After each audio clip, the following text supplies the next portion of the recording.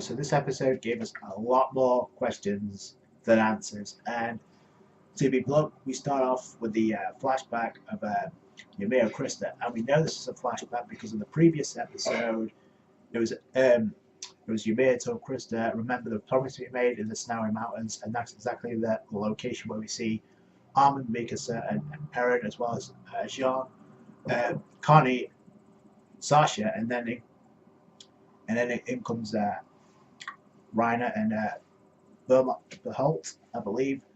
They're the ones that kind of pointed out that Krista and Ymir was away trying to rescue somebody named Daz. Well, it was Krista was trying to save somebody. Ymir was trying to do everything in the power to kind of ditch the dude, and so her and Krista could have actually survived themselves. And apparently this is taking place while they're training, so it was a flashback. So we get that, and Eren immediately figures out they're going to die out in the cold, so they want to go out and rescue them, but it's like they get told to stay put because if you go out, you're probably going to die yourself, so stay put. And I was hoping we get some answers about the how Kristen knows about the wall, but the only thing we get to know about is Krista, how she was, I guess, adopted into the church hold. Apparently she's going to overtake some of the nobles in there, and a lot of the priests didn't like that, so they had plans to kill her. But they gave her the option to like change her name, change her identity, and be somebody completely new and go into the cadet courts. That's the reason why she went in, and try and save a few lives. That's pretty much what she was given. Now she knows that part, but she doesn't really spell anything about when it comes to why she knows about the Titans being made out of the wall. But apparently Ymir knew about this secret from the get-go because she used to sneak in and steal stuff. And she got the information, so that's how she was able.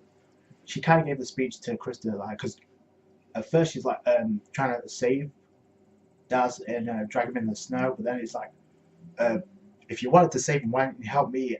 Why don't you ask me for help instead of like trying to do it yourself? But then Ymir kind of like figures out that Krista wants to actually die because of her past, and it's the same thing for Ymir. That's the reason why she figured it out, because it's the same. Whatever reason she wanted to die as well, because it's ironic because it comes very important later on in the episode when it comes to like Ymir dealing with the Titans, and Krista's the one trying to motivate Ymir to stay alive. So yeah, it's kind of a nice twist there. Again, we didn't figure a whole lot out, but what we do find out is Ymir she puts Krista to sleep by knocking her out. She goes into Titan mode apparently, and that's how she's able to save Daz. Krista awakes and it turns up at the camp where everybody else is, and finds out that everybody's safe. But she's trying to figure out how Ymir actually managed to get down that huge ass cliff. Considering the fact she's not a very big Titan, yeah, I'm kind of wondering that myself, because Titan or not, that's a hell of a fall. So, and that's pretty much where we get Ymir telling Krista about her secret, I guess, that she's a Titan. But when Connie kind of asks her, did you know about all this? And she says no. So I don't know if she was lying. She didn't know. She forgot about the flashback, the promise they made.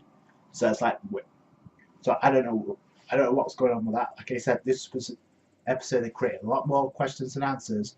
So, but that's pretty much where the first part of the episode ends. The second part of the episode was pretty much Ymir going into Titan mode. The whole sequence where she goes diving in headfirst into where the group of Titans are. Like I said, she's not a very big Titan in terms of size. In fact, Eren and Annie are may as well be giants in comparison. So, that's another question I have. Is like, why is she so small if she's a Titan, and why are Eren and Annie so big? Why are those two different? Oh, speaking of Eren, it looks like it's going into Titan form in the preview. So that looks like it could be epic. So I don't know if that's going to have something to do with the Wall Rose, where he has to seal it up, but we'll wait and see. And speaking of which, Ymir puts in the work. She takes a bunch of Titans down. She's using nothing more than her teeth. I guess more or less piranha teeth to like try and take care of some of the Titans. She does okay, but then she's getting outnumbered. So she's actually trying to make sure the others escape. But then Krista comes and is like, why are you trying to survive? If you want to knock down this tower to make sure you survive, do it. So it's like, She ends up doing it, and she says, if you want to survive, climb on my back." And then she knocks the tower down, collapses all of the Titans. You would think that'd be enough, but no. In comes one Titan that pops up, and then in comes another, and that's pretty much where, yeah, she gets pretty much eaten. She does get eaten by Titans on the leg and arms, because by the end she's pretty much missing both. And Krista tried to save it. That didn't do shit. It's like, oh boy, uh, because there's a Titan pin right out of nowhere like they usually do. But who comes in for the save? Mikasa. That was an epic entrance, by the way. So, and then we see the rest of the cadet corps. Eren, Armin, and Hanji arrive at the scene. They put in the work to take care of the rest of the group of Titans. So that was epic. And you have Eren there, kind of like bragging because he actually he killed his first Titan. But then again, I'm pretty sure he's killed a lot of Titans in his Titan form. So I guess he's referencing to the fact that when he's in human form, that was his first kill. So congratulations, Eren. You killed your first Titan in human form. But I guess there's no reason to celebrate because Ymir, I guess by the end, ends up dying because by the end, Krista actually tells Ymir a real name. Historia goes by the title.